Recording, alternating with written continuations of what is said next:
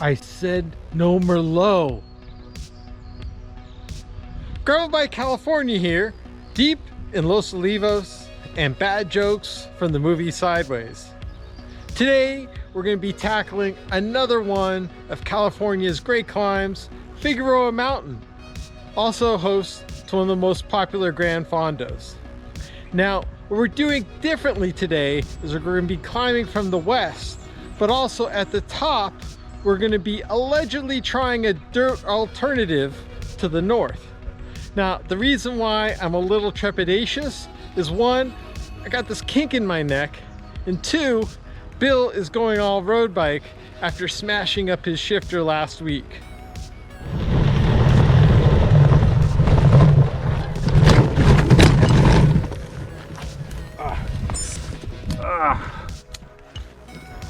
So, what could go wrong other than having a good time? Let's roll. The two main features of our ride was targeting the main climb up Figueroa Mountain and the less popular dirt option into Sunset Valley further north. Our big question, returning onto Mount Figueroa Road, was doing a quicker loop through Happy Canyon or doing a lollipop, adding an extra 1,300 feet of climbing. Dirt can be a challenge on 28s, but I had faith in Bill's mountain biking skills. And I know what you're thinking. You want to see that beautiful pump in action.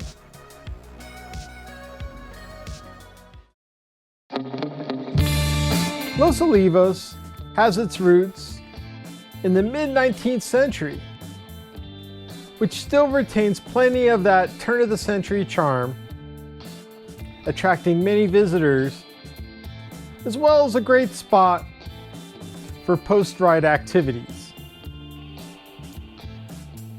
We crossed Highway 54, which felt like level 3 of Frogger, where the reward was basically pleasant riding from that point forth.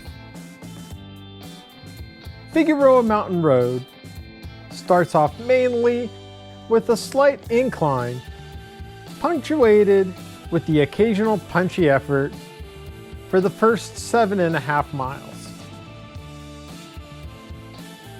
You can really tick off the distance from the start, which doesn't allow for the proper amount of rubbernecking through these lush views of wine country and good old-fashioned ranching.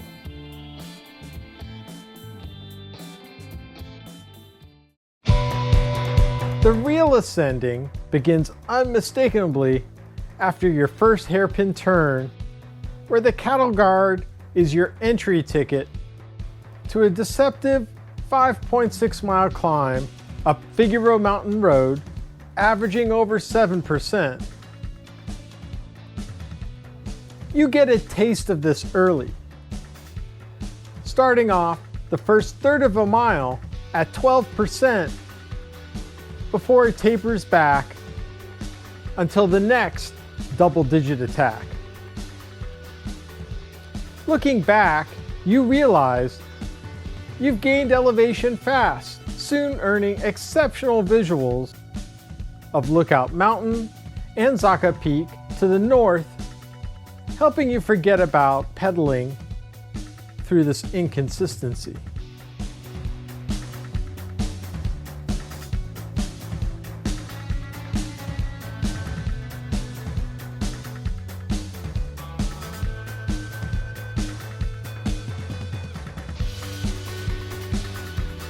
You'll even experience some freewheeling on the way up, which will also contrast with some of the sharp turns that can only cut the grade so much.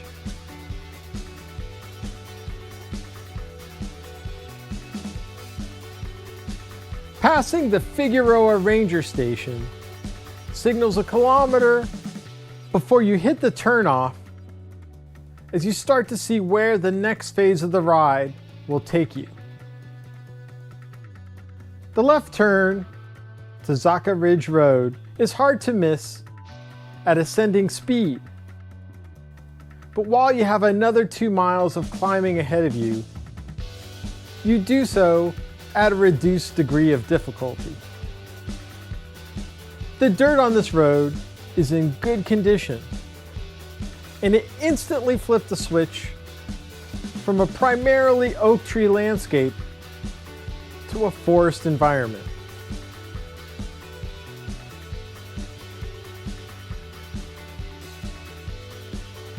Near the top, we stopped and got a glimpse of the next phase of our ride.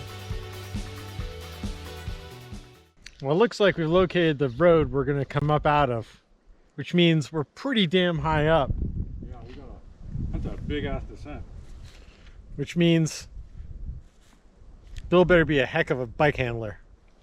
You guys might have to wait for me. The turnoff came up sooner than expected, and thanks to downloading a map earlier, I was confident we found the Jeep trail, which I would never take a Jeep down.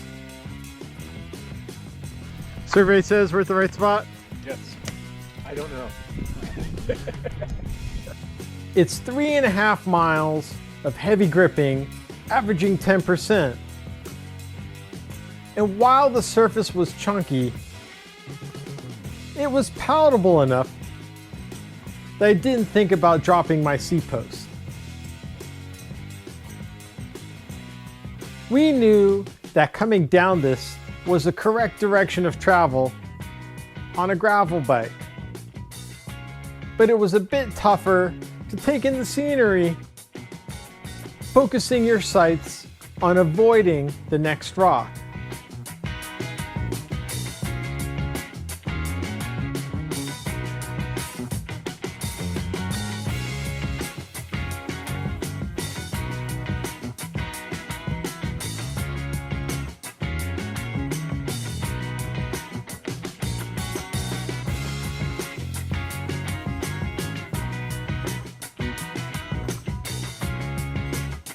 Bill did a great job of holding his own, until I noticed nobody was behind me. Well, Bill's downhill acumen was going strong until It wasn't. Until it wasn't. You can see Captain Sidewall decide to rear its ugly head here, and even though it's tubeless, I think we're kind of in a predicament, huh? Yep. At least, we get it handled. although, at least you get to take a look at your pretty fancy pump. At least you know what time it is. Back on track, we made it out of the gate with a couple quick rights, taking us by the Davy Brown campground, where we had to make up for all the downhill. Sunset Valley Road is a steady 4-mile climb, lingering around a steady 5%, which is mostly paved. It was a contrast of temperatures as we shed some layers, feeling just as exposed as the landscape around us. The blackened trees signaled the end of this climb, bringing us to our most crucial decision of the ride. We're having a real dilemma here. You know, it's about the same distance if we go down or if we kind of lollipop back. Get the feeling if we lollipop back, it's more pretty, even though we have the last 12 miles, but we already know that's pretty cute. Whereas the other part, it's a lot of farming and wineries and I don't know. Didn't you want to get drunk? I thought you wanted to go. We're supposed to wine taste. We haven't done our two wine tastings. We have to fit them both in before the end of the ride. I said no more low! So we chose going back up, which seemed enchanting at the time. But that was without mention of another 3.5-mile climb over 7% of the way. There were others out there putting in work. And while you couldn't complain about the views, the lack of knowing where the peak was did lead to complaints of other sorts. So we're about halfway through Figueroa Mountain. Vic, is this the right way? No, Uh-oh. we're going up. We should be going down. Not a happy camper. Luckily, my bad joke paid off, as the top was right around the curve where we could buckle up for the rest of the ride.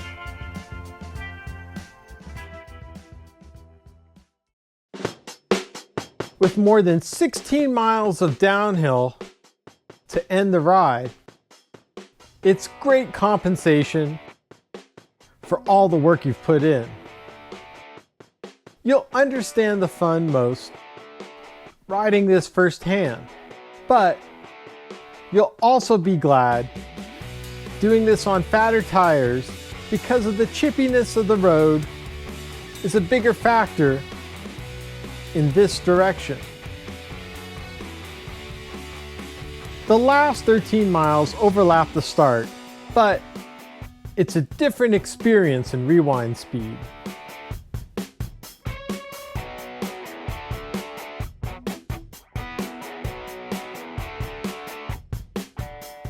As you blister through this descent, you'll need to remember about oncoming traffic on this narrow road, as there's plenty of sections where you can rip it.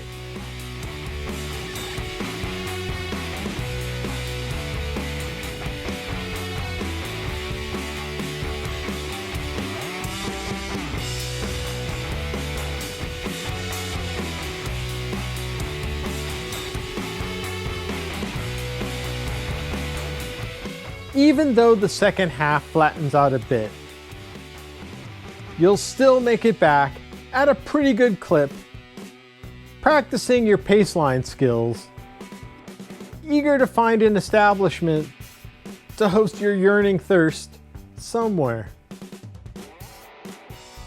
Well, there may have been some serious consternation at the time. I think we chose the right course. I'm gonna take that silence as a yes. This is a really great ride, and I think you can't lose out either way.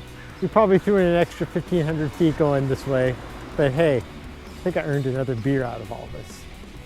Anyways, please subscribe somewhere up here to Gravel Bike California. If you want to find out about more routes, go ahead and check our little map page over here, or also subscribe to us on Patreon. We've got even additional gravel guides and other cool gravel uses. So, see you more and stay dirt. What happened? You took your shirt off? Nothing. Nothing happened. Nothing.